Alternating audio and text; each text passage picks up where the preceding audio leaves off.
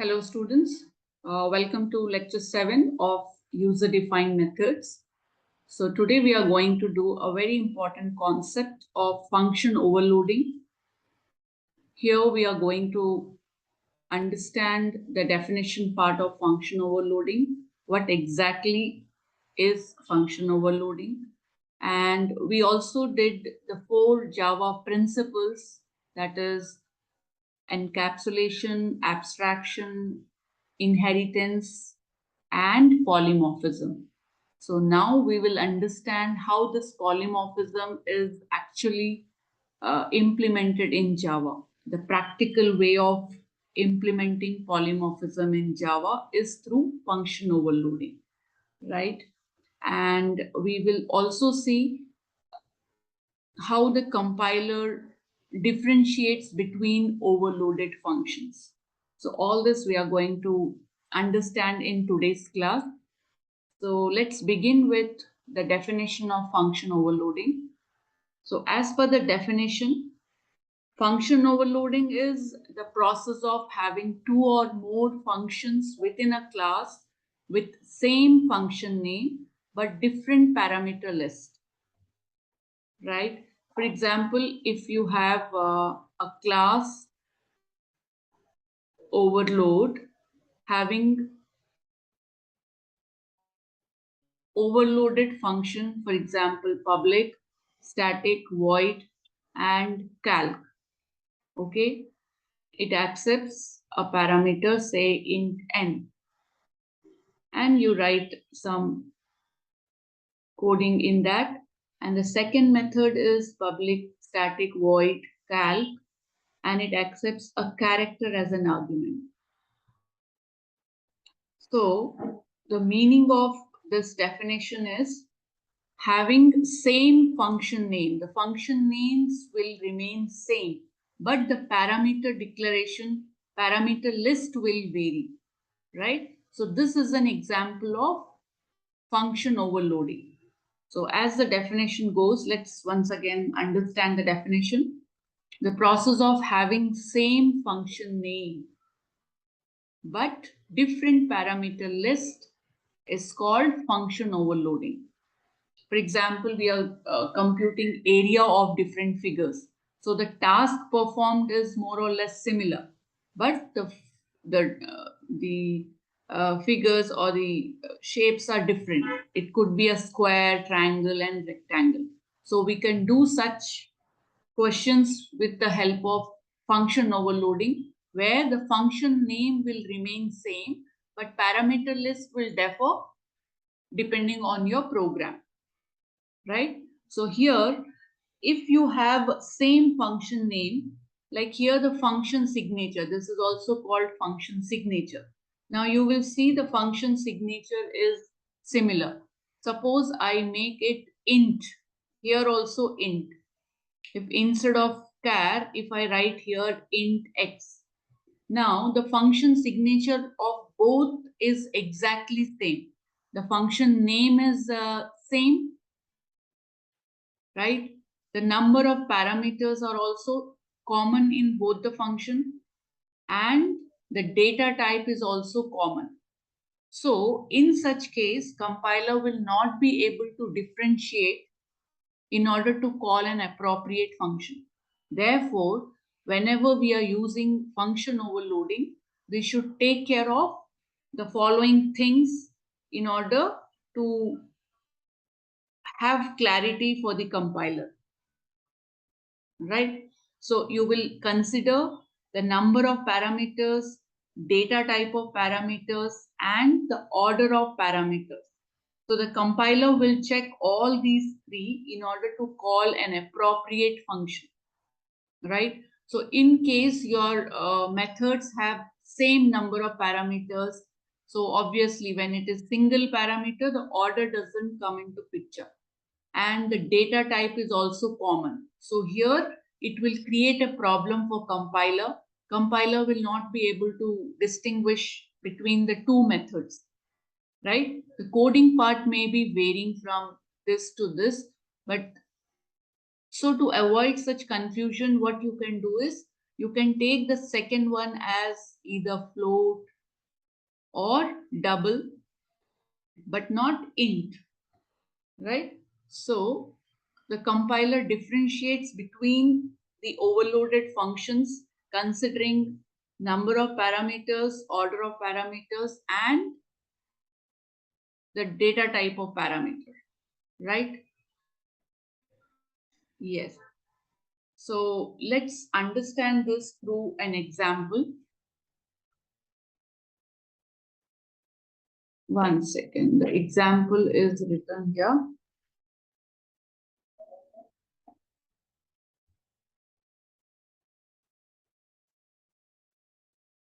Yeah, so there are two questions here. The programs with overloaded functions defined with void as the return type. So in today's class, we will see the overloaded functions with return type as void. Okay, and in next class, we will again do overloaded functions with return type other than void. Got it? So here, let's understand the first question which is written here. I will show it in BlueJ. Before that, just read the question and understand. Design a class named overload. So here the class name is specified. So you have to use the same class name for your program. And what the task it is performing, it has to compute area of square, area of rectangle, and area of circle using the overloaded function area. So here function name is also defined. So whenever the class name and functions or variables are defined in the program, in such case you have to make use of same members, same names. If they do not specify, then you can use some related name, some valid identifier. Depending on the program, you can have some short and related names. But if it is specified in the question, the names are given in the question, you have to use same name. Otherwise, you will lose 1 mark for not writing the correct name and not using the given function name. Okay. So the point is, whenever the function name and the class name are defined in the program, make sure you use the same name in the program, right? So here the function area is overloaded. It is performing the 3 tasks. One, calculating area of square. Second method, calculating area of rectangle. And the third one, calculating area of circle, right? And we will also write the main method, creating the object and calling the above functions, which is already been explained in previous classes. So that remains same, only the overloaded concept will be different here. Okay. So yeah, please go through the question. First question.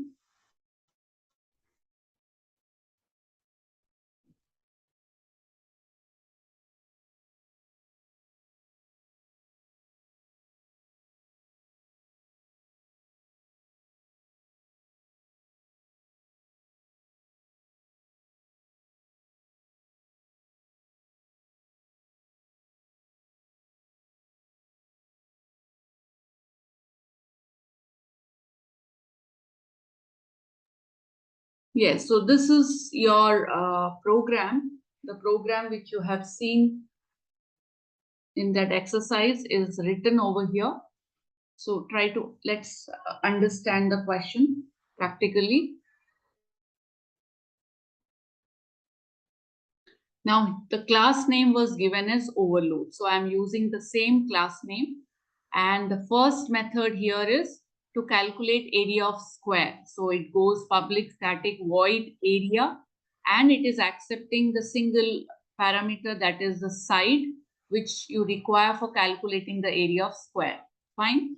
And then you calculate the area of square, assign it to the variable A, and you are displaying the area of square in the same function, right? These are all independent of each other, but performing same task. So this function is for calculating area of square. Similarly, we are taking float r as the radius of this circle as a parameter and calculating the area, displaying the area of circle. Fine. Same way, the third function area is for calculating area of triangle, accepting the base and height, and we are using the formula half base into height for computing area of a triangle and then displaying it. So here you will see some concepts which were previously done. Let's again touch upon those concepts. Here, the reason for writing it as 1.0 by 2. Some of you will just write it as 1 by 2 into base into height. Right. But then what happens here, if you write it like this, you know in Java, into, division and modulo are at same level.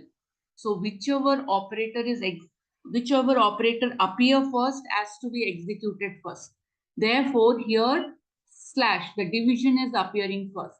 So this will be executed first, and since both the values involved are integers, the answer will reduce to 0. And 0 into anything will give you 0 as the answer. So in order to avoid this, we are using 1.0 by 2.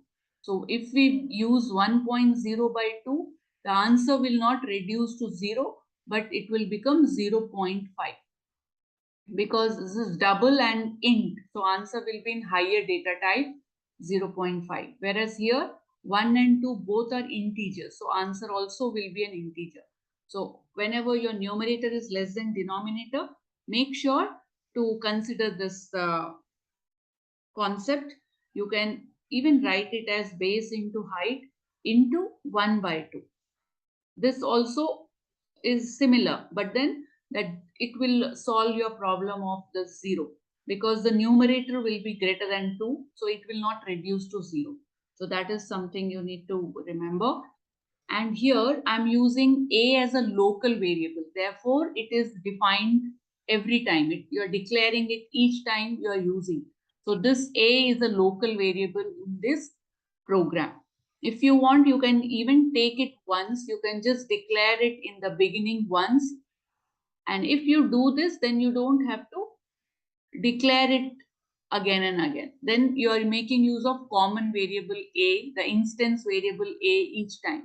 So any one you can follow, either declare it first and use it like this, or just in each case you can declare it as a local variable, use it, display it. That's it. So this local variable exists only in the block it is defined. Fine. So this is the 3 overloaded functions. Fine. And then we have the main function. Main function is written down, public static void main, where we create the object of the class overload and call all the methods one by one. Fine. So this obj.area4 will call the first method. The control will shift to the first method here. 1 second. Yeah, let me show you the entire screen. Yes. So when we call this main method, what happens? When we call this main method, the object gets created, and with the help of obj, we call all the methods one by one. Now here, when the compiler executes this, the control will go to this.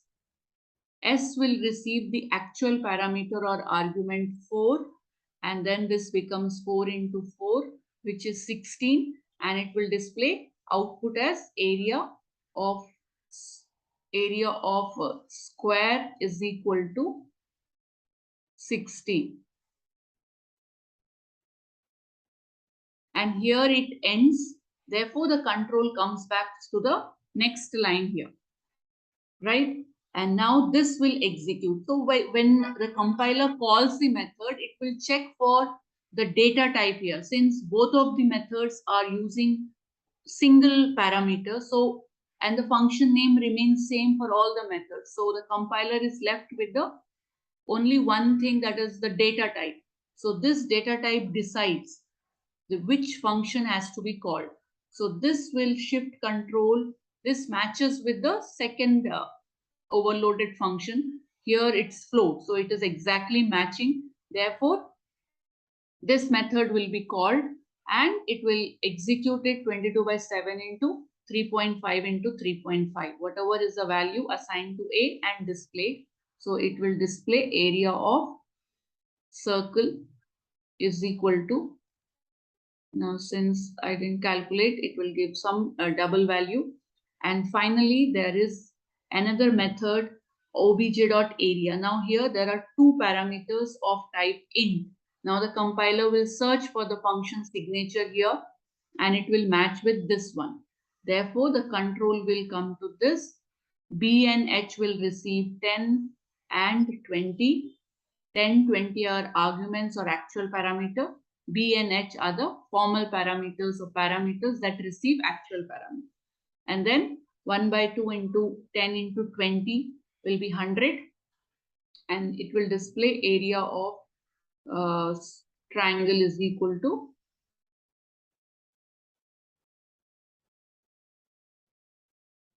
yeah, it will display area of triangle. So you will see this output using the, when you run the program. Hope it is clear. So there are so just remember that whenever you're using overloaded function, the function signature, since the function name remains common, you have to be very careful with the parameter list. Make sure that they are different with respect to order, number of parameters or data type of parameters. So if the number of parameters are different, then there is no problem. But if the number of parameters are common, as you see in the first and second overloaded function, int s and float r. So the data type at least has to be different. Otherwise, compiler will get confused. Okay, so I'll just show you the output for this. Just a minute. First, we compile it. It's giving no syntax error. So we close this and create the object. Okay, here I'll directly call the main function. Since all methods are declared static, you can see those in the here itself, and you call it with respect to class name and dot operator, right? It is visible through the class. So if I call main function, it is giving me the answer as we discussed previously. Area of square 16, area of circle, area of triangle. Now, hope it is clear, but I'll just show you one thing. Here, if I write it as int, let me change it. If I change it to int, see what happens. Here, the compiler is not able to find any match for this, right? So it gives incompatible type because there is no function defined like this. So it has to be float. Okay, now let me give it double. Right? If I give double, what happens? Will it call the function or not? Yeah, you're getting doubt here, right? It will call it. It will call it. Now, see, if first the compiler will search for the appropriate signature. It will check in the program, it will check on the function starting with same signature area and the float. But if it doesn't find any such exact match, this float gets typecasted to double. So it will call the double method here. It will call this method, right? Float is upgraded to double. So it will call this method. Similarly, if I write here a character value, and if there is no exact match found, this character will get changed to integer. Okay, I'll show you that also. One second. So together we'll see. Here, if I make it character, suppose I'll make it A or, okay, let me make it A. Now see, still it will compile with the same reason. If it doesn't find an exact match, then it will convert char to an int and float to a double. Right? Now check the answer. Compile, overload, main. Yes. So what it did, when the character A was received by int n, A is a character, so its ASCII value was taken as an integer, which was 65. So it will be 65 into 65, which is 4225, right? 65 into 65 is 5 5s are 25 and 6 7s are 42. The shortcut to calculate squares of numbers ending with 5. Okay, this always is 25, and this you can do 6 into the next consecutive number, 6 into 7. So this is correct. And the circle also worked because there was no float parameter in any of the overloaded function that got changed to double, and it could call the method. So in output based questions, this will be helpful. So I'm just giving you that extra information here. Okay. Yes. So let's go back to the main question. Hope you understood this. You can check the code once again. Yes.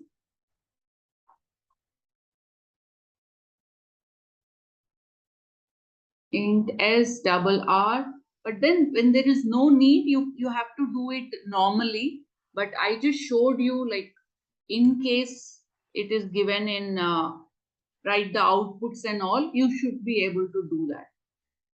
Okay, so here it is the double, so we are giving exact match here.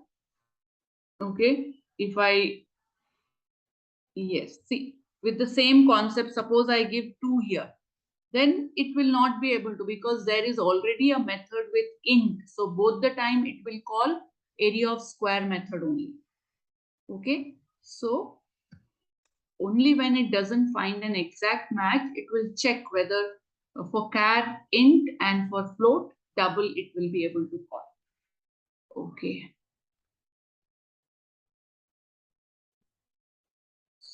So I'll just share 1 second. Yes. So that was our first method which we have done, the first program. The second program you can take as homework.